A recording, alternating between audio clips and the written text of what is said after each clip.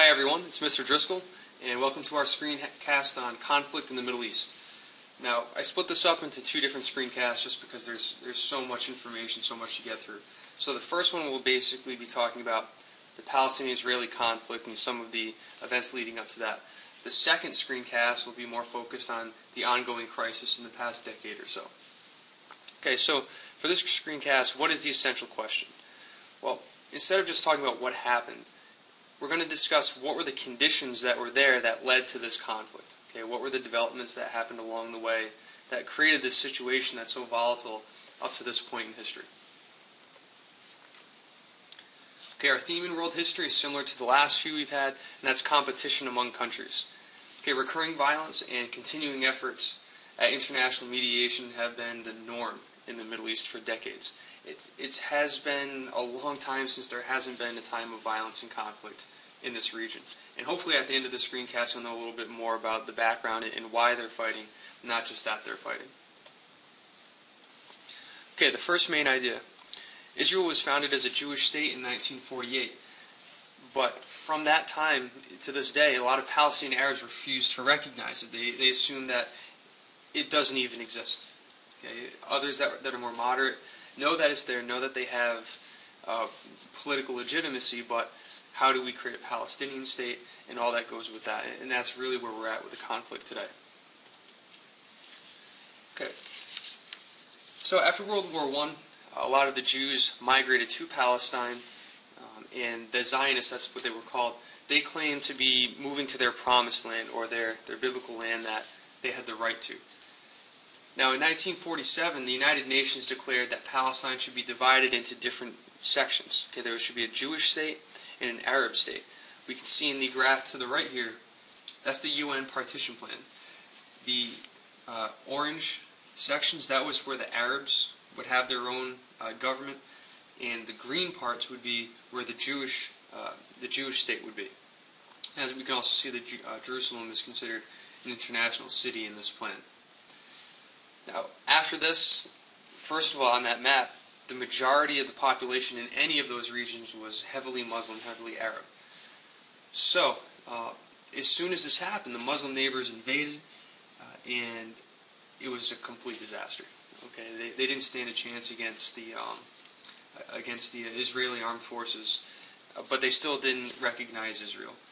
So, as a result of this, hundreds of thousands of Palestinian refugees, they either fled to other countries in the area or they remained refugees within the Israeli territories. Okay, and again, the creation of Palestine as a state, okay, that's what they're still fighting for. The idea that the Muslim Arabs would have their own country in this region, they're still fighting that idea to this day.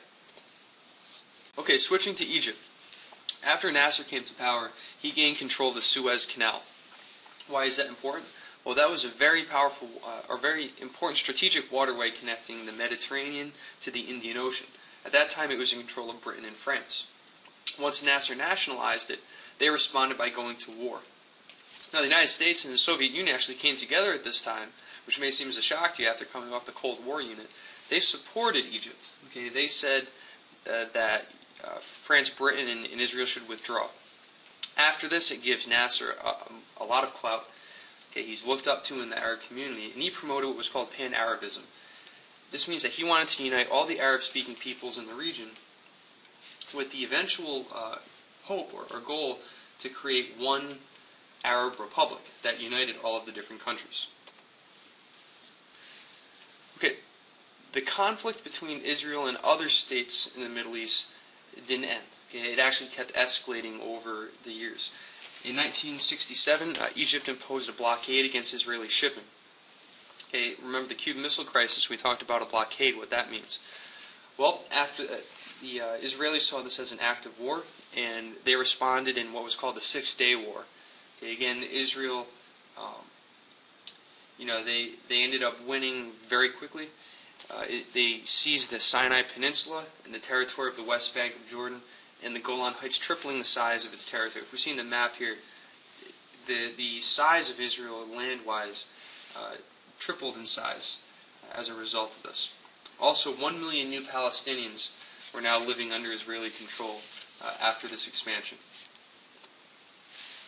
Okay, in 1973, Egypt and Syria led a surprise attack on Israel during the Jewish holiday of Yom Kippur. At first, it worked. Okay, Israel was on the defensive; they were being pushed back, but once they got their feet under them, they were victorious again.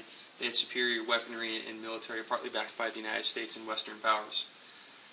Now, in connection with the war, the Organization for Oil-Producing Countries, known as OPEC, they announced a large price increase to foreign countries.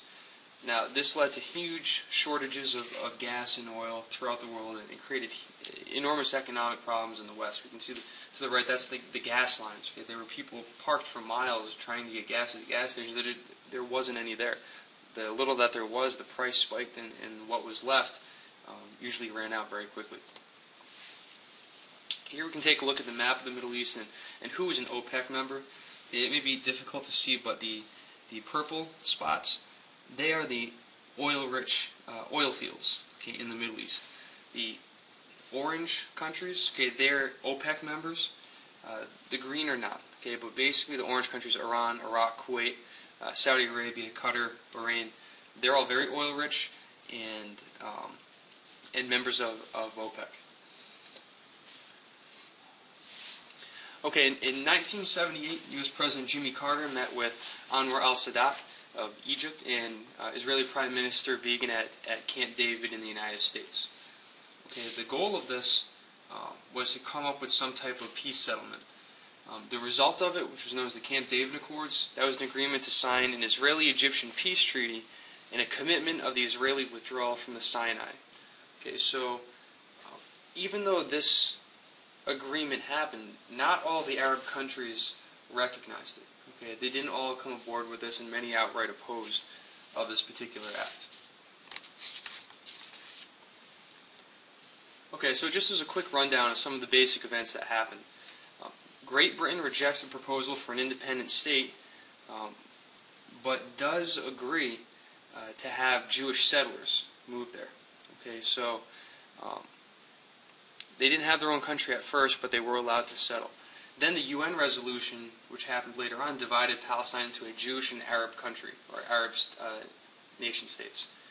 Israel came into existence in 1948, followed by an Arab invasion.